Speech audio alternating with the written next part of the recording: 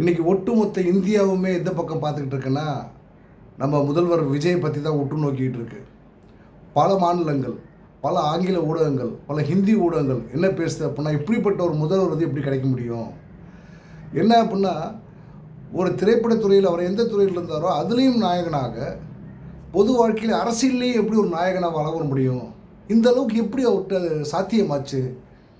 இந்த நிர்வாகத்திறனில் ஒரு அரசியல்வாதி அப்படின்றதையும் தாண்டி ஒரு கார்ப்பரேட் நிறுவனத்தை எப்படி வழிநடத்தக்கூடிய ஒரு சிஇஓ மாதிரி அவர் செயல்படுறாரு அப்படின்ட்டு அந்த அளவுக்கு இன்றைக்கி எல்லாருமே வியந்து புகழ்ந்து பாராட்டுறாங்க. இவங்க எல்லாருக்கும் இங்கே இருக்க எதிர்கட்சிகள் என்ன நினச்சாங்கன்னா, இவரை எப்படியாவது, இவருக்கு அரசியல் அனுபவம் இல்லை, நம்மளாம் பழந்துன்னு கொட்டப்பட்டவங்க, இங்கே வரும்போது அங்கே வச்சு நம்ம பார்த்துக்கலாம். ஆனால் அவர்களுடைய கனவு எல்லாமே இன்றைக்கி தவிடு முடியாமல் மாறிருக்கு. அது எப்படி செய்ய முடிஞ்சு? உண்மையாக சொல்லணும்னா இதெல்லாம் பயங்கர ஆச்சரியமான ஒரு விஷயங்க. திருப்பி என்ன திரும்ப சொல்லுவாங்க, அதே ஸ்டிக்கர் அரசாங்கம், ஸ்டிக்கர் ஒட்டின அரசாங்கம், நாங்கள் அங்கே கொண்டு வந்த திட்டங்களுக்கெல்லாம் அவங்க பேர் மட்டும் மாற்றிக்கிறாங்க. நான் கேட்குறேன், இந்த செல்ஃபோனை கண்டுபிடிச்சவங்க ஒருத்தர் இந்த இது இருக்கும்போது அது மாதிரி நிறைய பேர் ஆரம்பத்தில் வந்திருக்காங்க. பார்த்தீங்கன்னா அந்த செங்கல் மாதிரி வச்சு எரிக்சன் செல் நம்ம சுற்றிட்டு இருந்தோம். நான் இன்றைக்கி அதே வச்சு சுற்றிட்டு இருப்பேன்னு சொல்ல முடியுமா? இல்லை கணினி வரும்போது எப்படி இருந்துச்சு, ஒரு பெரிய ஒரு இது மாதிரி ஒரு பொட்டி மாதிரி இருந்துச்சு. அதுக்கப்புறம் என்னாச்சு, இன்றைக்கி லேப்டாப்பு, இங்கே எவ்வளோ சின்ன சின்ன அந்த உபகரணங்கள்லாம் எந்த அளவுக்கு அட்வான்ஸ்டாக போயிட்டுருக்கு. நீங்கள் கொண்டு வந்த ஒரு பள்ளி ஆரம்பிக்கணும்னா 10 பேரை படிக்க வச்சா போதாது, அதே பள்ளிக்கு ஸ்கூலுக்கு 100 பேரை வர வைக்கணும், 1000 பேரை வர வைக்கணும், அடுத்த கட்டத்தை கொண்டு போகணும். சில நல்ல திட்டங்களை கொண்டு வராங்க. உண்மையாலுமே அந்த அக்கறை இருந்திருந்தா இந்த அம்மா உணவு கிடப்பில் போட்டிருப்பாங்களா? அவங்க ஏன் கிடப்பில் போட்டாங்க? காரணம் என்ன? அதையும் அந்த பேர் நாங்கள் அப்படியே இருக்கோம், ஆனால் திட்டத்தை நாங்கள் மேம்படுத்த மாட்டோம், அதுக்கு மக்கள் போகக்கூடாது, சாப்பிடக்கூடாது, தானாக அது அழிஞ்சு போயிடணும், அதுதானே உங்கள் எண்ணம். இப்போ நான் என்ன சொல்கிறேன்னா, எனக்கு அந்த எண்ணம் இல்லை. நான் அதை பற்றி யோசிச்சு நல்ல திட்டங்களை நான் தொடருவேன். திருப்பி தாவேக்கா தொண்டர்களே உங்கள்கிட்ட யாராவது சொன்னாங்கன்னா ஸ்டிக்கர் திட்டம்னு சொன்னால் ஆமாம் ஸ்டிக்கர் திட்டம் தான், ஏன் அப்படின்னு சொன்னால் நல்ல திட்டங்கள் அப்படியே தொடர்ந்துக்கிட்டு வரும். ஆனால் புதுசாக எப்படி கொண்டு போகிறோம்? எப்பவுமே ஒன்று சொல்கிறேன், வெற்றியாளர்கள் எப்பவுமே எது புதுசாக செய்கிறதுன்றதை விட இருக்கிற விஷயத்தையே எப்படி புதுசாக செய்வாங்கன்னு தான் யோசிப்பாங்க. ஸோ அந்த மாதிரி புதுமையை எப்படி புகுத்துறது, அடுத்த கட்டத்துக்கு எப்படி கொண்டு போகிறது, அது என்ன பண்ணுறது. இன்றைக்கி நான் நம்முடைய தாவேக்கா தொண்டர்கள், நம்ம முதல்வர் மீது அபிமானம் கொண்ட மக்கள் எல்லாத்துலேயுமே சொல்கிறேன். ஏன்னா இந்த எதிர்கட்சிகளுக்கு நிச்சயமாக அவங்க என்ன பண்ணுவாங்கன்னு, நீங்கள் என்ன பண்ணாலும் உங்களை குறை சொல்லிட்டு தான் இருப்பாங்க. அது குறை சொல்கிறது மட்டும்தான் வேலையை வச்சுருக்கணும், குறை மட்டும்தான் சொல்ல முடியும். அதனால் நான் என்ன சொல்கிறேன் அப்படின்னு சொன்னால், இவங்க குறை சொல்கிறத பற்றி யோசிக்காதீங்க. இதுக்கு நீங்கள் உண்மையாலுமே இப்போ நம்ம பேசுகிறோம் இல்லையா, நம்ம சேனலை சப்ஸ்கிரைப் பண்ணி வைங்க. ஏன்னா இது எதுக்குன்னா, நமக்கு நம்ம நலத்திட்டங்கள் தெரிஞ்சுக்கிட்டே இருக்கணும். யாராவது பேசும்போது நம்ம திருப்பி பதில் சொல்ல தரணும். இன்றைக்கி எப்போவுமே பொய்யோட வலிமை ஜாஸ்தி. அந்த பொய் அப்படிங்கிறது ரொம்ப சுலபமாக பரப்பி விட்டுடலாம். அந்த பொய் பரப்பப்படும் போது அது உண்மை மாதிரியே பரப்பப்படும். அந்த உண்மையை விட அந்த பொய்க்கு வலிமை அதிகமாக இருக்கும். அதனால நமக்கு என்ன நடக்குது, களத்தில் என்ன செஞ்சுக்கிட்டு இருக்காங்க அப்படிங்கிறது நமக்கு தெரிய வரணும். அப்படி தெரிய வரணும்னா முதல்ல நம்ம தெரிஞ்சுக்கணும். இன்றைக்கி நம்ம முதல்வர் விஜய் மாதிரி ஒரு ஆட்சி செலுத்த முடியுமான்னு இந்த மக்கள் பார்த்து வேர்க்கிறாங்க. முக்கியமாக சொல்ல போனால் இந்த வட இந்தியா முழுவதும் இங்கே உற்று நோக்கிட்டு இருக்காங்க. எதை வச்சு சொல்கிறாங்க அப்படின்னு சொன்னால், இன்றைக்கி நம்ம ஏற்கனவே முன்னேறிட்டோம் அப்படின்னு சொல்லிக்கிட்டு இருந்தாலும், எங்கெங்கெல்லாம் நம்மக்கிட்ட தொய்வு இருக்குது, அந்த தொய்வை கண்டுபிடிக்கிறாங்க. இன்றைக்கி இந்த பட்ஜெட்டில் எந்த இதுவுமே பண்ணலை, சொன்னதை எதுவுமே செய்யலை, அது செய்யாமல் இருக்காங்க அப்படின்ட்டு இவங்க கேட்குறாங்க. இந்த திட்டங்கள்லாம் அறிவிச்சாங்களே, உண்மைம்மா ஐயா, நம்ம கடனில் இருக்கோம், குடும்பம் கடனில் இருக்குது. அந்த கடனில் இருக்கும்போது அந்த குடும்பம் என்ன பண்ணும்? முதல்ல தேவையில்லாத செலவு குறைக்கும், வருமானத்துக்கு என்ன வழி பண்ணுமோ அந்த வழியை பண்ணணும்.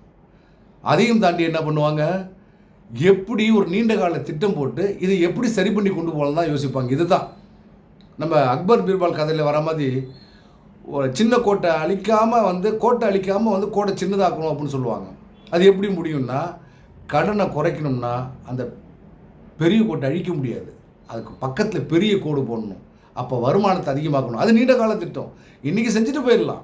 நான் வந்தோன்னே இதை கொடுக்குறேன்னு சொன்னேன், அதை கொடுக்குறேன்னு சொல்லி எடுத்து தூக்கி கொடுத்துட்டு போயிடலாம். ஆனால் போயிட்டா யார் தலைமையில் அந்த இது எல்லாம் ஒரு கடன்லாம் யார் தலைமையில் விழும்? அந்த கடன் தலைமையில் விழுந்தால் அந்த மக்களோட நிலைமை என்ன, அடுத்த தலைமுறை என்ன செய்யும்? இது ரொம்ப சுலபமாக பண்ணிட்டு போயிடலாம். ஆனால் இது ஏன் அவங்க செஞ்சாங்க அப்படின்னு சொன்னால், செஞ்சதுக்கு காரணம் என்ன அப்படின்னு சொன்னால், என்ன வேணால் பண்ணிக்கலாம், நீ எவ்வளோ வேணால் கொள்ளடி, என்ன வேணால் கொள்ளடிச்சுக்கோ. ஆனால் கொள்ளடிச்சிட்டு கடைசி நேரத்தில் தேர்தல் கிட்ட வரும்போது நம்மால் ஒரு கையில் கொண்டு போய் காசை கொடுத்தா எல்லாம் ஓட்ட போட்டுற போகிறான். இதுதான் அவங்களுக்கு நினைப்பு. இதனுடைய விளைவு தான் கொஞ்சம் கூட யோசிக்காமல், மக்களை பற்றி யோசிக்காமல் முழுக்க முழுக்க எல்லா தப்புகளையும் பண்ண காரணம். இன்றைக்கி மாற்றம்னா ஒரே ஒரு மாற்றம் தான் மக்களே. நம்மகிட்ட இருக்க பெரிய மாற்றம் ஊழலை ஒதுக்கணும், அந்த லஞ்ச லாவண்யத்தை அடியோடு சரி பண்ணணும். இதுக்கு தான் இவ்வளோ சிரமப்படுறது. இவங்க என்ன தெரியுமா பண்ணுவாங்க, இன்றைக்கி இந்த கல்வி பட்ஜெட்டில் ஒரு எங்களோட ஒரு 2000 கோடி கம்மி பண்ணிட்டாங்க. ஐயா, நீ 6000 கோடி பயன்படுத்தவே இல்லை. தேவையில்லாத பட்ஜெட்கள், தேவையில்லாத விஷயம். என்ன அப்படின்னா, எதுக்கு அப்படின்னா, அதன் மூலமாக எங்கெங்கெல்லாம் துல்லியமாக மக்களுக்கு நல்லது செய்ய முடியும்னு சொல்லிட்டு பார்த்து இந்த தாவேக அரசு பணத்தை ஒதுக்குது. இப்போ பாருங்கள், இவங்க எங்கே தெரியுமா தப்பு பண்ணுவாங்க, அந்த தப்பு பண்ணுறது நிறைய காசு புலங்கூடிய இடமா இருக்கும். பார்த்தீங்கன்னா அந்த நம்ம பதிவுத்துறையில் இந்த சொத்து ஆவணங்கள் பதிவு பண்ணுற இடத்துல இருக்க இடத்தெல்லாம் பாதி ரேட்டாக மாற்றி அதை ஃபுல்லாக அதுக்கு அந்த பதிவு பண்ணும்போது அது மூலம் நம்ம மாநிலத்துக்கு கிடைக்கக்கூடிய முக்கியமான வருவாய் அது. ஆனால் அதை ஃபுல்லாக பாதியாக மாற்றி அந்த பாதி காசில் பார்ட்டி ஃபண்ட் எடுத்துக்கிட்டு பாதி காசை அவங்க பிடிச்சி எடுத்துக்கிட்டு எவ்வளோ பெரிய தப்பு. எல்லாத்துக்கும் காரணம் என்ன, மதுபான மோசடி ஊழல். இதுவும் இல்லை, அந்த இடத்துல கொள்முதல் பண்ணுறதுல ஒழுங்காக கணக்கு காமிக்காமல் 500 பேர் குடித்தானா 500 பாட்டில் தான் போகணும். ஆனால் 1000 பாட்டில் வாங்கி வச்சுட்டு அது கணக்கே காமிக்காமல் 500 தான் போச்சுட்டு கள்ள சந்தையில் விற்றுக்கிட்டு எவ்வளோ பெரிய தப்புங்க. இதெல்லாம் எதுக்கு, என்கிட்ட பணம் இருக்கணும், என்கிட்ட பணம் இருக்குது. அடுத்த தலைமுறை எக்கேட்டு ஒழியுது, அதை பற்றி கவலை இல்லை. என்கிட்ட பணம் இருக்கணும். எலெக்ஷன் வந்துச்சா அரசு அந்த டைம் நேரம் வந்தோடனே நான் கூப்பிட்டு ஆளுக்கு ஒரு கையில் காசு கொடுத்தேன்னா மக்கள் எல்லாத்தையும் மறந்துடுவாங்க, தானாக ஓட்டு போட்டுருவாங்க. அங்கே வச்சாங்கல்ல வேட்டு, எப்படி வச்சுது இந்த கவர்மெண்ட்? எந்த அளவுக்கு உனக்கு உன்னுடைய கனவு தவிடு பிடிச்சா ஆச்சா இல்லையா? காசு கொடுக்காம ஜெயிச்சாங்களா இல்லையா? அப்போ மக்களுக்கு தேவை மாற்றம். அந்த மாற்றத்தை அவர் கொடுத்த பின்னாடி அவர் என்ன செய்யணும்னு நினைப்பார்? அப்போ என்னை மதித்து நமக்கு ஓட்டு போட்டிருக்காங்க, எல்லாம் பண்ணியிருக்காங்க, மக்கள் வாக்களிச்சிருக்காங்க, அவங்களுடைய எண்ணங்களுக்கும் அவங்களுடைய உணர்வுகளுக்கும் மதிப்பு தரணுமா இல்லையா? அதுக்கு தான் இவ்வளோ வேலை நடந்தது. இன்றைக்கி எங்கெங்கெல்லாம் லஞ்ச லாவணி அதிகமாக இருக்குமோ அங்கெங்கெல்லாம் ஆய்வுகள் நடத்தப்படுது. இன்றைக்கி பொதுவாகவே மக்களை நான் ஒன்று சொல்லிக்கிறேன். இப்போ நம்ம இங்கே இருக்கோம் அப்படின்னா இதை நம்முடைய வாழ்க்கை தரத்தை ஒரு மூணாக பிரிக்கலாம் அப்படின்னா, இன்றைக்கி நம்ம குடும்பம் நம்முடைய சமுதாயம் இருக்குது அப்படின்னா, நான் இன்றைக்கி இருக்கிறத விட என்ன ஆசைப்படுவேன் அப்படின்னா, என் குழந்தைங்க நல்லா படிக்கணும். அதுக்கப்புறம் என்ன, அவங்க படித்து நல்ல வேலைக்கு போகணும். அதுக்கப்புறம் என்ன, அவங்க நல்ல கல்யாணம் ஏதாவது பண்ணி நல்லபடியாக செட்டில் ஆகணும். கடைசி காலத்தில் நம்மளை வச்சு பாதுகாக்கணும். இவர் திரும்பி சொல்கிறாங்கல்ல எல்லாருமே, இவர் தன்னை முதல்வராக பார்க்கல, உண்மையாலுமே அண்ணனாகும், ஒவ்வொருத்தருக்கும் தம்பியாகும், அந்த குடும்பத்தில் உறுப்பினராக பார்க்குறதுனால தான் இப்படி யோசிக்க முடிஞ்சிச்சு. என் பிள்ளை ஸ்கூலுக்கு வரணும், என் பையன் நல்லா படிக்கணும்னா அந்த இடத்த ஏன் இவ்வளவு தனியார் பள்ளிகள் அதிகமாச்சு?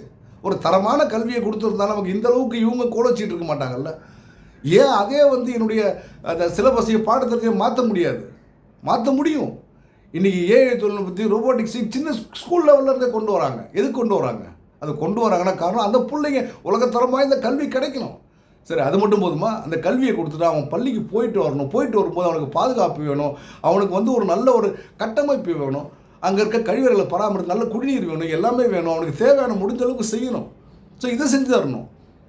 போகிறாங்க அடுத்த கல்வி திட்டத்துக்கு போகும்போது அவனுக்கு பார்த்தீங்க அப்படின்னா 9வது 12 வரைக்கும் போகும்போது அவனுக்கு வேலைக்கு போன்றனா கூட வரலாம், குடும்ப சூழ்நிலை காரணம் வழியாக. ஆனால் அதுக்காக அதை அப்படியே மாற்றி, இல்லை நீ வா, உனக்கு சாப்பாடு தங்குற இடம் எல்லாத்தையுமே கொடுத்து இந்த அரசோட படிக்க வைக்கும், உன்னுடைய எதிர்காலத்துக்கு ஒரு உறுதியை கொடுக்கும், உன்னுடைய எதிர்காலத்துக்கு உத்தரவாதம் கொடுக்கும், நீ வா அப்படின்னு சொல்லிட்டு உனக்கு இந்த உண்டு உறைவிட பள்ளின்லாம் ஆரம்பித்து காமராஜர் பேரில் இருக்கா, முன்னாள் முதல்வர் காமராஜர் அவருடைய கல்வி தந்தை காமராஜர் பேரில் ஆரம்பிக்கிறாங்க. காரணம் என்ன? அதுக்கு இந்த பேரை வச்சா உடனே ஸ்டிக்கர்ன்னுவாங்க. ஏன்னா அவருக்கு அந்த உண்மையான தகுதி அவருக்கு மட்டும்தான் இருக்குது. இப்போ இந்த மாதிரி அவங்க படிச்சுட்டு போகணும், அவங்களுக்கு ஒரு நல்ல வேலை வாய்ப்பு வரணும், மாவட்டம் தோறும் பயிற்சி மையங்கள், அடுத்த கட்டத்துக்கு எங்கே போகுது இந்த அரசு, எங்கே போகிறாங்க இந்த மக்கள், அதை நம்ம யோசிச்சு பார்க்குறோம்ல. அதை யோசிச்சு பார்க்கும்போது அடுத்த கட்டத்துக்கு நம்ம என்ன பண்ணணுமோ அதை நோக்கி மட்டுமே போகிறாங்க. அவங்களுக்கு நல்ல எதிர்காலத்தை கொடுத்துட்டோமா? சரி, இந்த ஏழை எளிய பெண்கள், ஆதரவற்ற பெண்கள், அவங்க என்ன பண்ணுவாங்க? வாழ்வாதாரம் எல்லாத்துக்கும் பசிக்கும் இல்லையா? கிடப்பில் போட்ட அந்த ஆடு மாடுகள் திட்டம், அம்மா புரட்சித் தலைவர் அம்மா கொண்டு வந்த அந்த ஆடுகள் வழங்குதல், மாடுகள் வழங்குதல், இதையே கொடுக்குறாங்க. அவங்களுக்கு ஒரு வாழ்வாதாரம் ஏதோ ஒன்று கிடைக்கும், ஒரு பழப்பு இருக்கும், அதை வச்சு அவங்க சாப்பிட்டுக்குவாங்க. ஸோ அந்த மாதிரி ஒரு தெளிவான ஒரு சிந்தனை எல்லாத்துக்கும் பரவலாக போய் சேரணும், வளர்ச்சி பொதுவாக போய் சேரணும். இந்த மாவட்டம் மட்டும் இல்லை, வரக்கூடிய தொழிற்சாலைகள் எல்லாமே தமிழகம் முழுவதும் விரிஞ்சு பறந்து கிடக்கணும். ஒரு தொலைநோக்கு பார்வை. 2036 நான் எப்படி இருக்கணும்? இது வந்து சும்மா வந்து ஏதோ நான் ஒரு திட்டத்தை போட்டேன், அதை அப்படியே கொண்டு போயிட்டு அப்படியே போகும். முதல்ல எப்போ போகும்? நான் வளரணும், என் நாட்டுக்கு முதலீடுகள் வரணும். அப்படி வரணும் போது நான் எங்கே ஒழுங்காக இருந்தால் அந்த முதலீடுகள் வரும். அந்த முதலீடுகள் வரணும்னா இங்கே நான் எதையும் இழுத்தடிக்கக்கூடாது. வர்றவங்கட்டலாம் லஞ்சம் கேட்குறது, வர்றவங்கட்டலாம் காசு கேட்குறது, வர்றவங்கட்டலாம் பார்ட்டி ஃபண்டு கேட்டு எல்லாம் ஓடி போகிறான். அந்த ஓடி போகிறதுக்கு என்ன பண்ணணும்? அந்த ஓடி போகிறான்னு சொல்லும்போது அவனுக்கு என்ன, உடனே நீ வந்தியா, பெரிய கட்டுமானங்கள் செய்யணுமா, 6 மாதம் கடப்பில் போடு, அவனை காசு தர மாட்டோம். அந்த 6 மாதம் கடப்பில் போன காசை தராமல் போயிட்டு அவனுக்கு அப்படியே வந்தானே அவனை கட்டவும் முடியாது. 6 மாதம் 1 வருஷம் கூட ஆகும். ஆனால் இங்கே என்ன பண்ணாங்க? நீ வா, 2 வாரம் ஒற்றை சாளர முறை, சிங்கிள் விண்டோ ஸ்கீமு எப்படி கொண்டு வந்தாங்க? நீ வா, உனக்கு இதெல்லாம் பலன்கள். உடனே ஒரு விதை விதைச்சா அந்த விதை முளைக்கிறதுக்குன்ட்டு ஒரு காலம் இருக்குது. இவங்க கேட்பாங்க என்னத்தை பண்ணிட்டாங்க. அந்த விதை இருக்குல்ல, அந்த விதை முளைக்கிறதுக்கு பூமிக்கு அடியில் அங்கே வேலை நடந்துக்கிட்டு இருக்கு. அந்த பூமிக்கு அடியில் இருட்டுக்குள்ளே வேலை நடக்குது. அது ஒரு வேர்களை பரப்பிக்கிட்டு இருக்கு. இந்த வேர்களை பரப்பி அது ஒரு நிலைக்கு வரும்போது அது வீருட்டு வெளியே வரும் பாருங்க, பூமியை உடச்சிக்கிட்டு அப்பதான் இந்த அருமை தெரியும். அது வரைக்கும் நம்ம காத்திருக்கணும் சில நேரங்களில். இவங்கெல்லாம் வராங்க அப்படின் போது இன்னைக்கு எது உலகத்தால போகுது? இன்னைக்கு உலகத்தால போயிடுறது ஏஐ தான், இந்த ரோபோட்டிக்ஸ் தான். இந்த மாதிரி முக்கியமானது டேட்டா, இதெல்லாம் எல்லாமே. அப்போ என்ன பண்ணுறாங்க, ஒவ்வொரு மாநிலங்களும் ஒவ்வொன்றும் உருவாக்குனாலும் நம்ம குஜராத்து, மகாராஷ்டிரா, கர்நாடகா பற்றி பேசுகிறோம், தமிழ்நாடு. அப்போ இங்கே படித்தவன் ஜாஸ்தி, அறிவார்ந்த இளைஞர்கள் அதிகம். இவங்களை வச்சு என்ன பண்ண முடியும்? அப்போவா நேராக ஏஐ சிட்டி உருவாக்கு, செயற்கை நுண்ணறிவு, அந்த ஒரு நகரத்தையே உருவாக்கும். அந்த நகரத்தில் இன்றைக்கி இந்த உலகத்துக்கு எடுத்துக்காட்டாக இருக்கணும். உடனே என்ன பண்ணணும்? அதுக்காக உலகத்தரம் வாய்ந்த யூனிவர்சிட்டி, இந்த பல்கலைக்கழகம், உலக வந்து ஒரு தொழில் திறன் மேம்பாட்டு மையமாக இங்கே உருவாக்குறாங்க. பல நாடுகளுடைய உதவியோட இங்கே வந்து அவ்வளவு பெரிய பல்கலைக்கழகங்கள் உருவாக்கப்படுது. அப்போது அவனுக்கு படிப்பு, அந்த பற்றின ஒரு சரியான ஒரு விளக்கம் எல்லாமே இருக்கணும். அதில் பற்றின சார்ந்த அறிவும் வளர்த்துக்கணும். அதே நேரத்தில் வேலை வாய்ப்புகளை உருவாக்கணும்னா இத்தனையும் எங்ககிட்ட இருக்குது, நீங்கள் வாங்கன்னு கூப்பிட்டாதான். ஒரு பக்கம் நான் கட்டமைப்பை உருவாக்கணும், ஒரு பக்கம் அதுக்கு தகுந்த மாணவர்களையும் அதுக்கு தகுந்த வேலையாட்களையும் இளைஞர்களையும் உருவாக்கணும். அப்படி பண்ணும்போது தான் அடுத்த தலைமுறை மிகச்சிறப்பாக பெரிய அளவில் வரும். அதை இந்த நாடுகள் இன்றைக்கி நம்ம நாடு முழுசாக நீ பார்த்துக்கிட்டு இருக்காங்க. இவர் எப்படி இவ்வளோ தொலைநோக்கோட எப்படி பார்க்க முடியுது ஒரு மனுஷனால் அப்படின்னு? காரணம் என்ன தெரியுமா மக்களே? உண்மையாக நல்லா யோசிச்சு பார்த்தா இவங்க எல்லாம் என்ன சொன்னாங்க அப்படின்னா வந்து ஒன்றுமே தெரியாது. பல நேரங்களில் புதிதாக வர்றவர்கிட்ட தான் பல கனவுகளும் பல லட்சியங்களும் இருக்கும். இவங்க என்ன பண்ணாங்கன்னா, எந்த அதிகாரிகளையும் படித்தவங்களையும் யாரையுமே எந்த இதுவும் கேட்குறதுல ஆலோசனை. எங்கே அதிகமாக துட்டு வரும், காசு வரும், அந்த இடத்துல நீ அப்படியே மாற்று, இதெல்லாம் கண்டுக்காத, நாங்கள் பார்த்துக்குறோம், அது எங்களுக்கு எப்படி பண்ணணும்னு தெரியும்னு சொல்லிட்டு அவங்கள சுதந்திரமாக செயல்பட விடல. ஆனால் இன்றைக்கி நம்ம முதல்வர் என்ன சொல்லியிருக்காருன்னா, அந்த ஆக்சுவலாக நீதித்துறையோட இந்த முதன்மை செயலாளர் எல்லாத்தையுமே கூப்பிட்டு உங்களுக்கு தோணுனதை செய்யுங்க, கடைநிலை ஊழியர்கிட்ட ஆரம்பிங்க, அவங்க கருத்துக்களை கேளுங்க, உங்களுக்கு எதை செஞ்சால் மக்களுக்கு நல்லது நடக்கும்னு நினைக்கிறீங்களோ அதை செய்யுங்க, அதை வெளிப்படைத்தன்மையோடு கொண்டு வாங்க. அப்போ தான் மக்களுக்கு நம்ம மேலே வரும். நம்ம மக்கள் நம்ம நம்பி வாக்கு அளிச்சிருக்காங்க, அவங்களுடைய வாழ்க்கை தான் நமக்கு முக்கியம். ஒரு நேரங்க இன்னைக்கு பேசுவதா சொன்னார், நான் அவமானப்பட்டாலும் பரவாயில்ல, என் மக்கள் நல்லா இருக்கும்னு சொல்லி தான் நான் கர்நாடகாவுக்கு போனேன் நினச்சேன். ஒருவேளை பேசுனா கூட பரவாயில்ல, நான் அவமானப்பட்டாலும் என் மக்கள் நல்லா இருக்கணும், என்னுடைய மக்களுக்காக நான் எந்த தியாகத்தையும் செய்ய தயார்னு சொல்கிறானே அவர் தலைவனா? இல்லை அசிங்கமாக மேடையில் பேசிக்கிட்டு என்ன காரணத்துக்காக போனோமோ, எதுக்காக போனோமோ, அந்த காவிரி நதிநீர் பிரச்சனைக்காக போயிட்டு, வாழ்வாதார பிரச்சனைக்காக போயிட்டு இப்படி அசிங்கமாக பேசிட்டுருக்குமே, அதே மாநிலத்துக்காரன் என்ன நினச்சிருப்பான் நம்மளை பற்றி அசிங்கமாக? எவ்வளோ முக்கியமான பிரச்சனை, போன பிரச்சனை என்ன, எதை பற்றி பேசிட்டு வந்தோம்? விடுங்க. எப்போ என்னால் அகங்காரமாக செயல்பட முடியும், நான் அசிங்கமாக பேசுவேன், என்னுடைய வார்த்தைகள் நாகரிகம் இருக்காதுன்னு சொல்லி அவங்களுக்கே அந்த அளவுக்கு ஒரு தைரியம் இருக்கோ, மக்கள்கிட்ட பேசுறதுக்கு தெம்பு இருக்கோ, உங்களுக்கெல்லாம் நமக்கெல்லாம் நம்ம முதல்வர் விஜயை பற்றி குறை சொல்லும்போது ஏதாவது பேசினாங்கன்னா எடுத்து சொல்கிறதுக்கு இந்த அனைத்து திட்டங்களை பற்றி நமக்கு தெரியணும். ஒன்றே ஒன்று பண்ணுங்கள் தயவுசெய்து, நான் உங்களை வேண்டுகோள் அவ்வளோ கேட்டுக்கிறேன். என்னால் முடிந்தவரை மிகப்பெரிய அந்த ஆற்றல் மிகுந்த பெரிய இவங்கள்லாம் இருக்காங்கல்ல, அந்த பத்திரிகையாளர்கள், பெரிய ஊடகங்கள், இங்கெல்லாம் அவங்களாம் சொல்லக்கூடிய விஷயங்கள்லாம் கொண்டு வந்து சேர்க்குறேன். தெரிஞ்சுக்குங்க. இது தெரியும் போது என்ன ஆகும்னா, நம்ம பக்கம் இருக்கக்கூடிய நியாயத்தை சொல்ல முடியும். சில நேரங்களில் இருட்டடிப்பு உண்மை ரொம்ப சீக்கிரமாக மறைக்கப்படும். அந்த உண்மை நமக்கு தெரிஞ்சால் மட்டும்தான் நம்மளால் பேச முடியும்.